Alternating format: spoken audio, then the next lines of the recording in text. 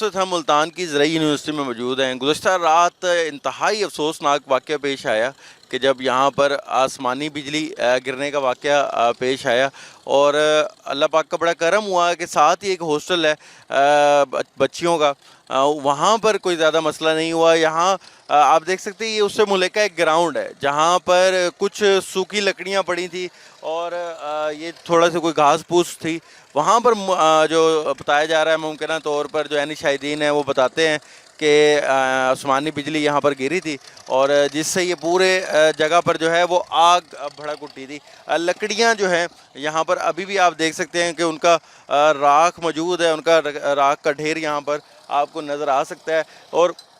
ये जो दीवार है साथ ये शहरी आबादी शुरू हो जाती है। आगे मैं अपने कैमरामैन को कहूँगा तो वो दिखाएं, वहाँ पर जो है शहरी आबादी शुरू हो जाती है उधर साथ ही बिल्कुल ये एक दीवार से मुल्का, और इस साइड पे जो है बच्चियों का जो हॉस्टल है वो शुरू हो जाता है। तो आप देख सकते हैं कि बिल्कुल उसके जो है ये अल्लाह का पाक का बड़ा करम हुआ है कि उसको बिल्कुल साथ साथ एक खाली ग्राउंड था कि यहाँ पर कोई शख्स मौजूद नहीं था। तो यहाँ पर आग लगी है और इस आग ने इस पूरे ग्राउंड को, जितनी भी लकड़ियाँ थी, ज़ाहिर है ये बड़ी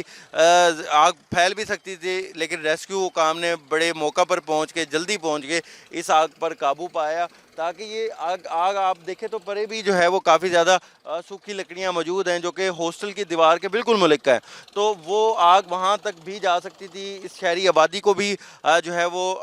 मसला बन सकता था, आग यहाँ भी फैल सकती थी। लेकिन अच्छी बात यही है कि यहाँ पर जो है इस आग को टाइमली बुझा दिया गया और ये कुदरती आफत थी ज़ाहिर है। और जो मुल्तान के शहरी हैं वो जानते हैं कि गुज़श्ता रात बहुत तेज़ आंधी आई और आंधी के साथ फिर गरज चमक के साथ बारिश भी शुरू हुई और अब आसमानी बिजली जो है वो गिरने की भी आवाज़ें सुनाई दी। तो जब यहाँ पर लोगों ने आकर देखा तो आग ही आग थी जिसको यहाँ पर वक्ती तौर पर बुझा दिया गया। शुक्र है, वरना साथ बच्चियों का हॉस्टल भी था ज़राई यूनिवर्सिटी की, गर्ल्स यूनिवर्सिटी की, और साथ ही शहरी आबादी भी थी। वहाँ भी खुदा न खास्ता आग फैल जाती तो बहुत ज़्यादा मसाइल हो सकते थे। अभी आप देख सकते हैं यहाँ पर आग को जो है यहाँ से जो राख है उसको हटाने के लिए